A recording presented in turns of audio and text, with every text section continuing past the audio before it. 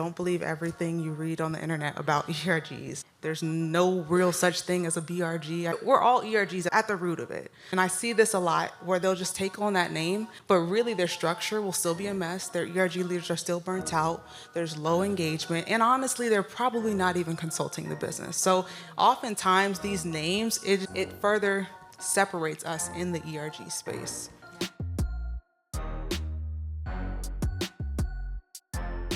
Okay, so I want to create some safety around the conversation.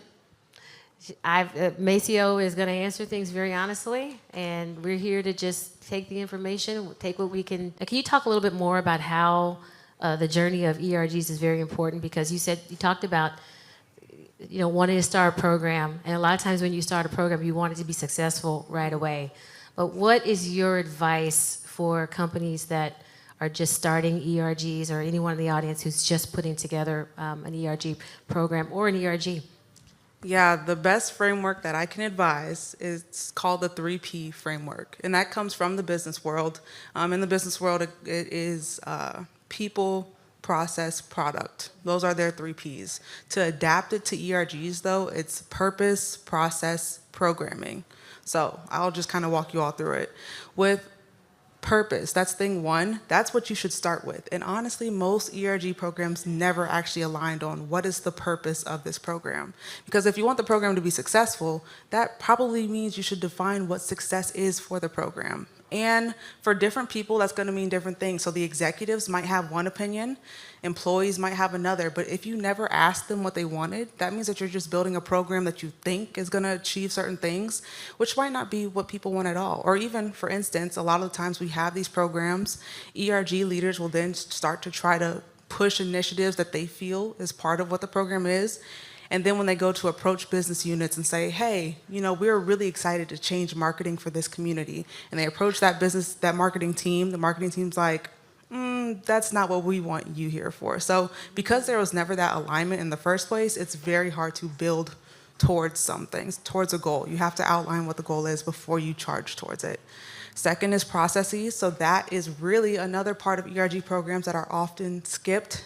If there's no clear guidelines on how you're supposed to do your role as an ERG leader, how are you supposed to do it? Every time you go to do an event, it's going to feel like you're starting over again, like you're just guessing. Or even worse, when it comes to passing the baton to another ERG leader, so if it's time for you to offboard, they're not going to know where to start. And most programs don't have this, which is interesting, because you would think as you started, wouldn't you want it super easy so you can just pass it on to someone so they know exactly what to do, when to do it? The third P is programming, and most companies, when they start their ERG program, they skip those first two and they go right into programming. They just say, we started an ERG program, what's going to be the first event? So they don't have clarity on what the program is or how to do it. They just want to see stuff come out of it. So all that to say, when you do go to launch your program, or even if you have a program already and you're looking to make it better, I would go back and reassess those first two Ps, and then you can start thinking about how can we do events better and things like that. Do you have hope that there will be some sort of unity in terms of processes? Because the way we talk about ERGs, like you and I had a great conversation, it was very hard. Where we talked about the difference between ERGs and BRGs. Do you want to tell them what you said to me? Yes. So if you have fasten your seatbelt. If you've never heard me speak on LinkedIn, this might be a little bit different for you. But honestly, even when it comes to in the ERG space, you probably heard it starts as an affinity group, turns into an ERG, then a BRG. Honestly, that's not something I subscribe to at all. There's no real such thing as a BRG. I don't know where the concept came from. We're all ERGs at the root of it. We're all employee resource groups, just with a different name. Actually, last year I did a study of the Fortune 500 companies that have ERGs, just to see how many of them have ERGs. It was actually 79% of Fortune 500 companies have ERGs. But would you know that of those, there was about I think that averages out to about 370 ERG programs in the Fortune 500. There's over 60 names for employee resource group programs in that group alone. Can you tell us, just out of curiosity, 70 names? What kinds of names? Like what?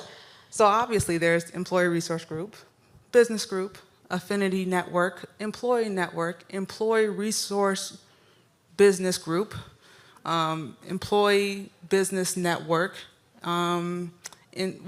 inclusion networks, business inclusion network. It's infinite. So thing one, even as we consider as ERG leaders, how hard does that make it to find other ERG leaders in our space? Like, you don't even know the name to give it, which is why it would be just so much smoother to have it as ERG. That's one. But even then, I know you all might be thinking with, okay, but a business resource group impacts the business. That means that we're better than an ERG. The thing is, once upon a time, maybe it was okay and reasonable to have a difference between business versus employee. Nowadays, any employee resource group has to benefit the business. If you're getting budget, the business is going to want a return on investment. Really what it comes down is to what does it mean to benefit the business? So some people might view that as consulting with certain branches of the business. Some companies that call themselves business resource groups, really benefiting the business is just making employees feel like they belong. So typically, the understanding of what it means to benefit the business is also skewed. Not to mention, there are dozens of companies that call themselves business resource groups just for the sake of performative measures. It just sounds better. And I see this a lot where they'll just take on that name, but really their structure will still be a mess. Their ERG leaders are still burnt out. There's low engagement. And honestly, they're probably not even consulting the business. So oftentimes these names, it further separates us in the ERG space. As a BRG, I'm curious about what you have seen or heard at other companies and or your recommendation on when BRGs or ERGs are brought along in a process, a decision made by the company that impacts or is relevant to the community or the resource of the employee group. Yes. So with this, I would say it depends on two things. And this is kind of an unpopular opinion, but if it's something that's external to external, it's not directly with employees, this is what I feel. ERG leaders, while we're passionate about what we do and we care about our community, that does not make us experts in a lot of these fields that are being consulted in.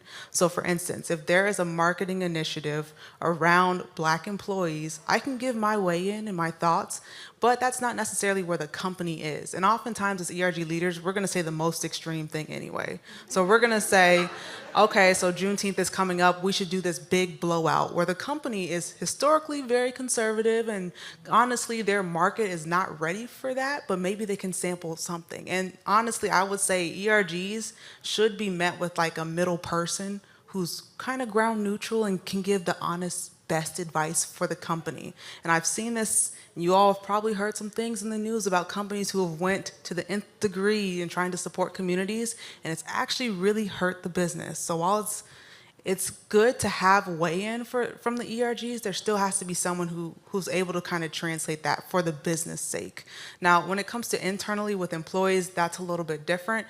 I would say that companies in an ideal world should consult the ERGs, and that's kind of where that more mature ERG is able to weigh in, and they're able to say and come to the company, even approach these business units with metrics and say, hey, we want to move the needle here on this metric by using this strategy.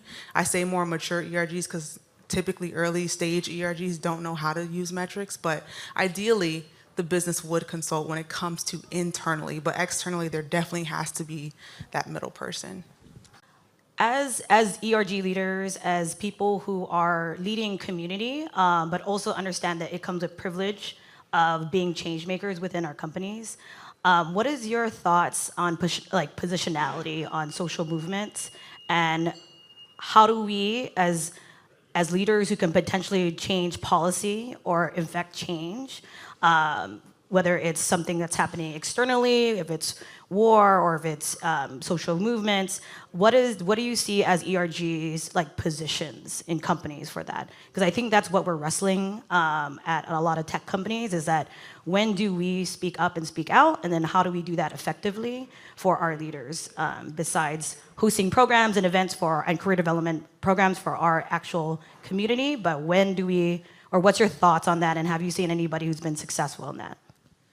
Yeah, very similar to the question before. When it comes to like consulting the business, when it's external, ERGs can be consulted on, but at the same time, they shouldn't be the end all be all. I've seen companies that have allowed ERGs to make decisions for their external things that are happening with their customers, and it's backfired. Some ERG leaders have been fired for going too far.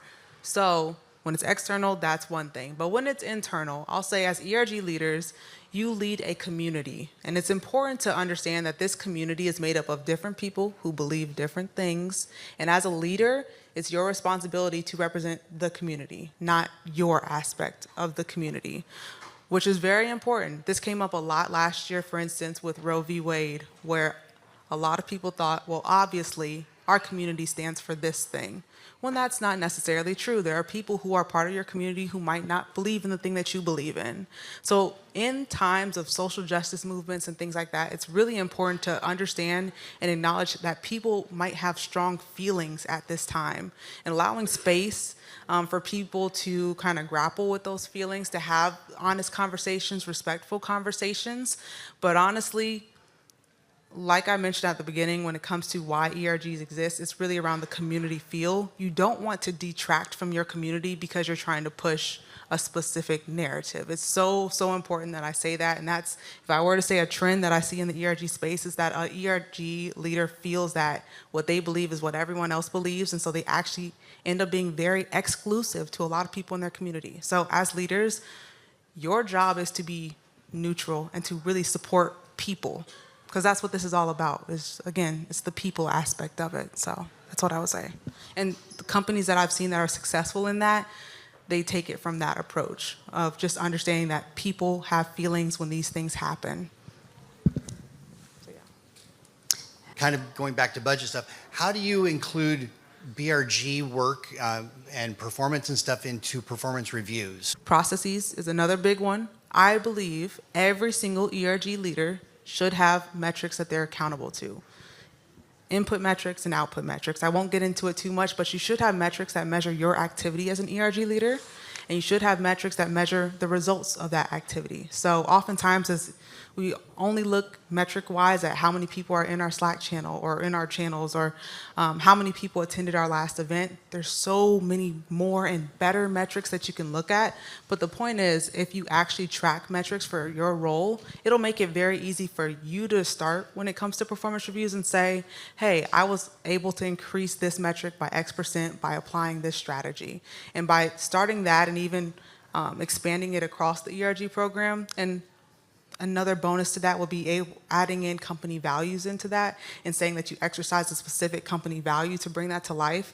That's how the manager, even though your manager might not understand what you're doing at all, you speak the language of numbers, which is the universal language. You add in the value piece, and it really helps them to respect it. From a program-wide perspective, when you do have metrics, that's something that you can actually give to the ERG leaders and say, like, hey, here's a breakdown of all of the progress we've made over this past quarter or since you did your last set of performance reviews. So ERG leaders kind of appreciate that too.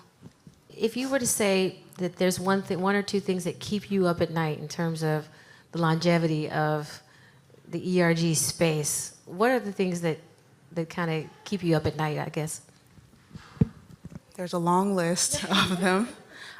Thing one, I would say, is just the current resources that exist in the ERG space.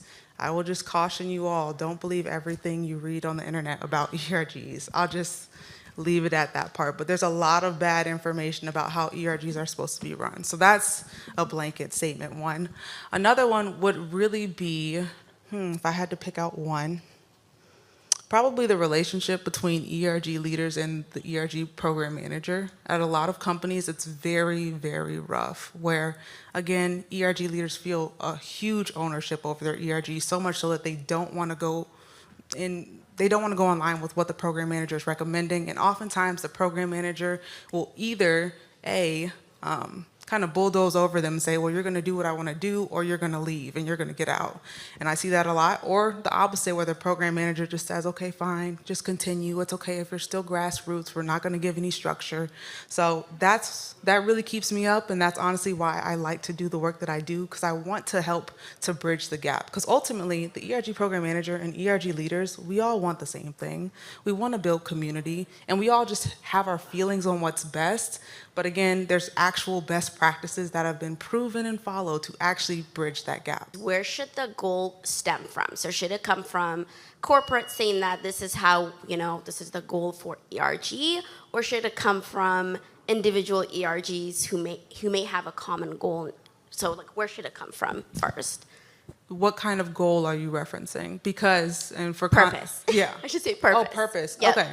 Purpose should be a mix between what the ERG wants and what the company wants. Just like I was saying earlier with the BRG, every ERG, BRG, whatever you call it, has to benefit both employees and the company. That's principle number 2 of the ERG movement, by the way. It has to do both. So that means that you have to hear from executives what they want, and you have to hear from employees what they want, and really define the combination of both. And before the ERG program manager finalizes that, you should go and get feedback from those same people that you spoke to and say, does this resonate? But it has to be both, because one thing that I'd like to say is that basically a BRG or an ERG that doesn't have the backing of its community, but that's doing, driving business impact, it's really just a diversity council.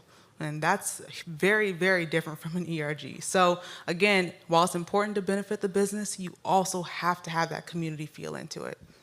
Do you feel like that was it something that was well received, or did you feel like there was a lot of change management involved in getting people on board this vision? The vision, yes. The vision was well received. The fun part that I found, not just with me doing this, but even as I talk to ERG program managers who are slowly starting to incorporate more structure, that's that outlining every single ERG. This is going to be your governance structure. This is the playbook for each and every role and how you're going to do everything and what you're measured by. That's where the pushback comes in. And not just, again, this is not just me, but I'll give an example. One of the structure changes for this particular company, it's not the biggest company, but they had a lot of chapters in one of their ERGs. I told them, your chapters are actually hurting your engagement. You would actually go a lot further if you had one ERG versus just spreading it out into all these different chapters. It was a women's ERG in particular. With that, got a lot of pushback.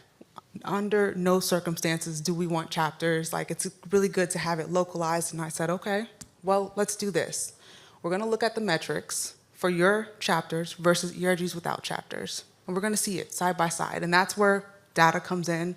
I'm a big data nerd. I can really get into that. But really, by even just looking at their engagement score within Slack in particular, that helped them see, like, wow, we're not even a fifth of where the other ERGs are. The other ERGs are smaller than us in some cases, but we're engaging much less of our audience by having these segmented chapters. So really, it could have been a conversation of a lot of feelings of, oh, this is what I feel is right versus what they felt was right.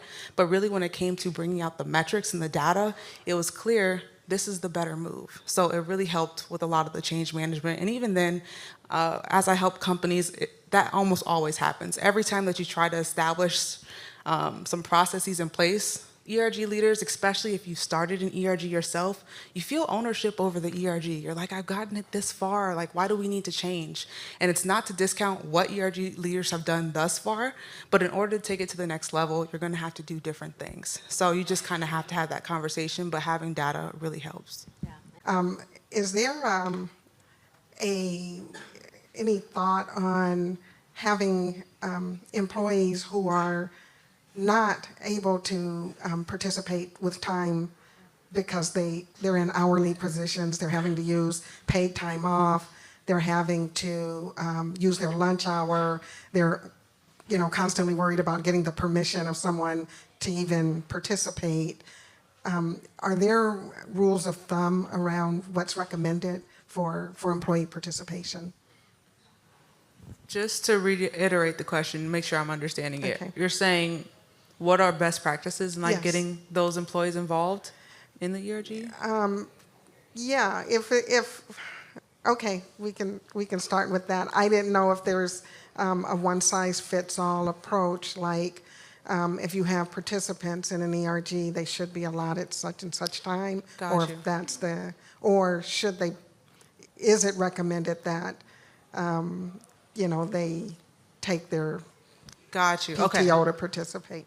Got it. In an ideal world, definitely there will be time granted for frontline employees, support employees, hourly employees to participate. Ideal world. A lot of companies are not there yet. And again, that's why I'm saying the ERG world has space to grow. And this is even coming from me as a support employee who was part of an ERG, and even as an ERG leader, again, during Black Lives Matter, all of my free time went to the ERG just out of passion, not getting paid for it and not having this unlimited like salary kind of approach. So ideal world, yes, there will be time allotted.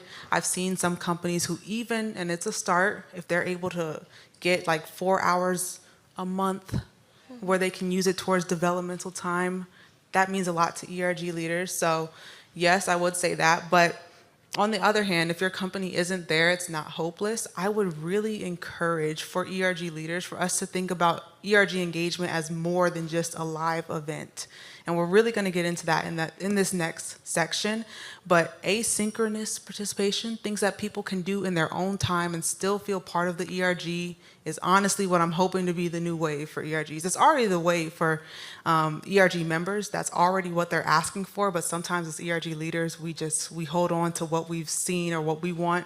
Obviously, we want people at our events, so we double down on that. But there's ways to get people involved without having to be on an event and stopping their day to do what we want them to do. Thank you. But my question was around your idea of having one BRG or ERG versus chapters. We have one like oversight board for our ERG, and then we've got so they oversee all of the different chapters, and our chapters are localized at our specific sites around the globe. Aside from, like, my first thought was the benefit of having just one is you're pooling everybody's engagement together instead of just like having pockets of engagement. But what are some other benefits of having one versus many? Roughly how many employees are? 130. 30,000, yeah. 30,000. Okay, A so ton. for context, for that size of an organization, chapters make sense. However, Gotcha. couple of things with it.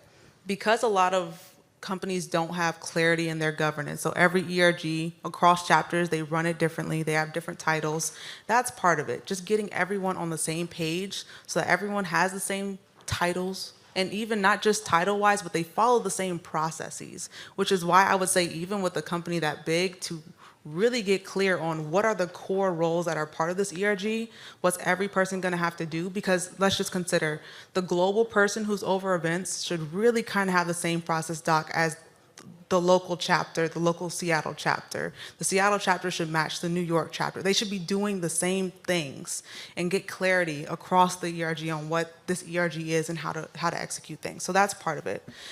And even to double back on that, one of the things that I say often is that, and this is no shade again, you don't scale mess. Like, you don't just have a messy program and just expand it, because then that's going to be very hard to go back and recoup. And unfortunately, that's where a lot of companies are, but that's part of it. When you consider metrics, a lot of ERGs, they're like, I'm doing this work and I don't even know how to articulate it and put in my performance review. But it's hard to have metrics to really talk about your success if there's no clarity on what you're doing. A lot of ERGs, they'll just be like, yeah, I'm just a chair, which doesn't really mean anything, just a chair. What does a chair do? So really, when you have a clear thing, oh, I'm the events lead. I'm responsible for this metric and I help to improve it by this percentage. If there is clarity in the chapters, across the chapters, it just makes it so much smoother for that and for the ERG to be able to articulate its value and what it's done. The question was, I think the original question though was, what's the benefit of chapters beyond just organization? You mentioned one other thing that I don't want to double say. I was just saying, what's the benefit of having like one, because like we kind of have both.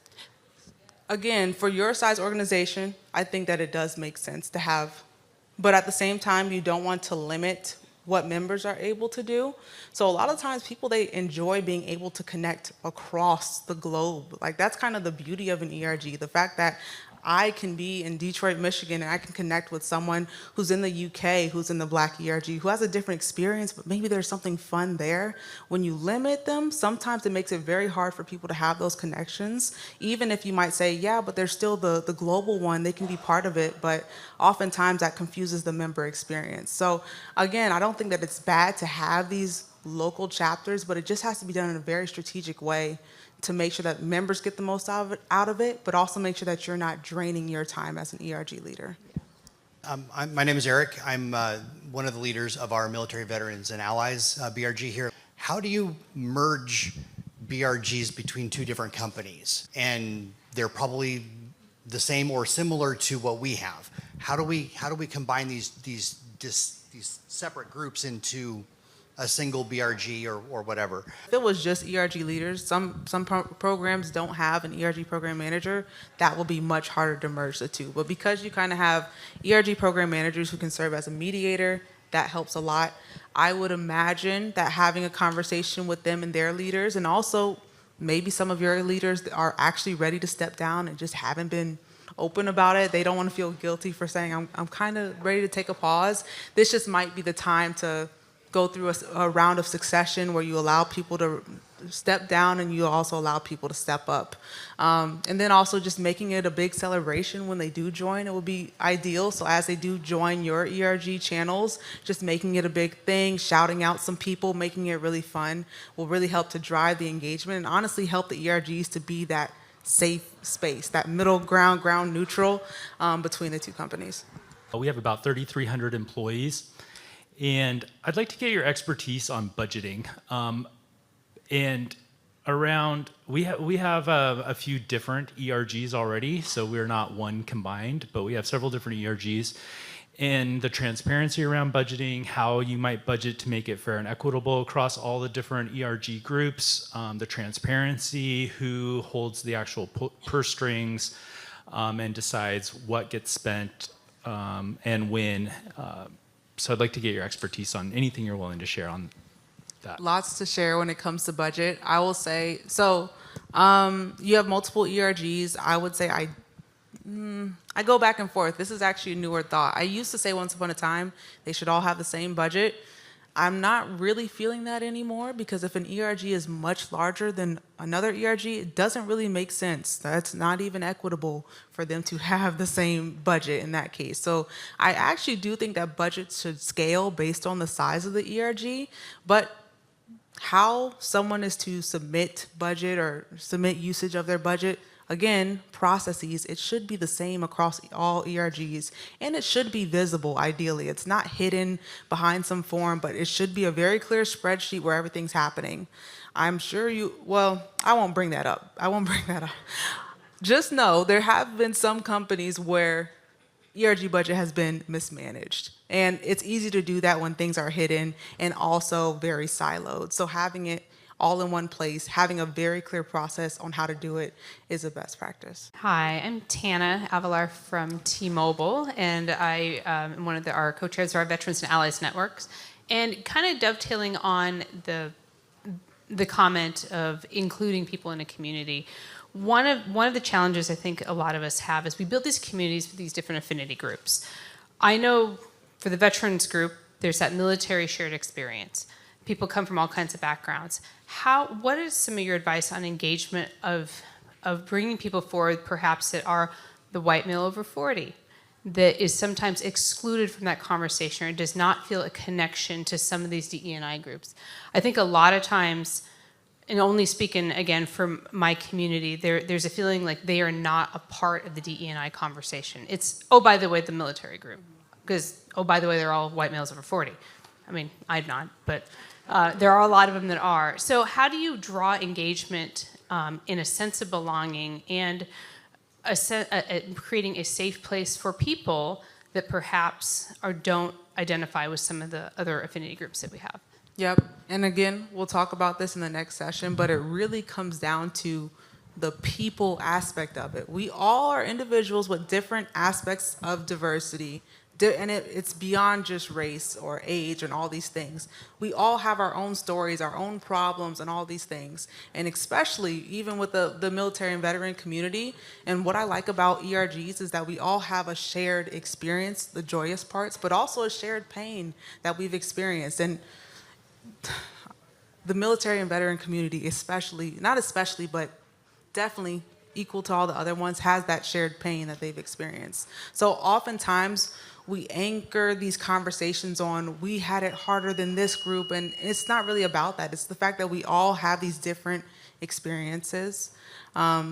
And also when you make the ERG about more than just the happy things or more than just the sad things, doing a blend of both of those really helps to humanize them. And I think that that's something that the ERG space needs a little bit more of, just understanding people as people who have these experiences. Even for like the cisgendered white male who didn't serve in the military still has those pain points. So bringing them along where possible. I know that can get pretty deep, but we do kind of touch on that a little bit in the engagement part. But again, it's about humanizing it. Why do you feel so hopeful about the space? When ERGs first started, for some context, they've been around since the mid-'60s, civil rights movement. And with that, the Black ERG, Black employees at Xerox, they wanted community based on what was happening in the external world. And honestly, even starting and understanding where ERGs come from still means a lot to me, because it just is rooted in people wanting to come together. That's something that supersedes everything that's kind of going on in the space right now. Community is something that it's in us as humans to want to be around people like ourselves. So because community is at the root, and even when you consider as each ERG developed and came about in the space, oftentimes it was about things that were happening in the external world. So in the 80s, early 80s, with the AIDS epidemic, a lot of LGBTQ ERGs were launched. And I even have a hypothesis, I'm still proving it, that around 9/11 is when a lot of veteran and military ERGs were launched. But even mid-2010s with the Me Too movement, while a lot of companies had women ERGs, that's when a lot of women ERGs got their fuel, which is why you'll see at a lot of companies why the women's ERG is the one that's been around the longest and probably the most organized. But it was rooted in something that was happening in the external world that really drove community.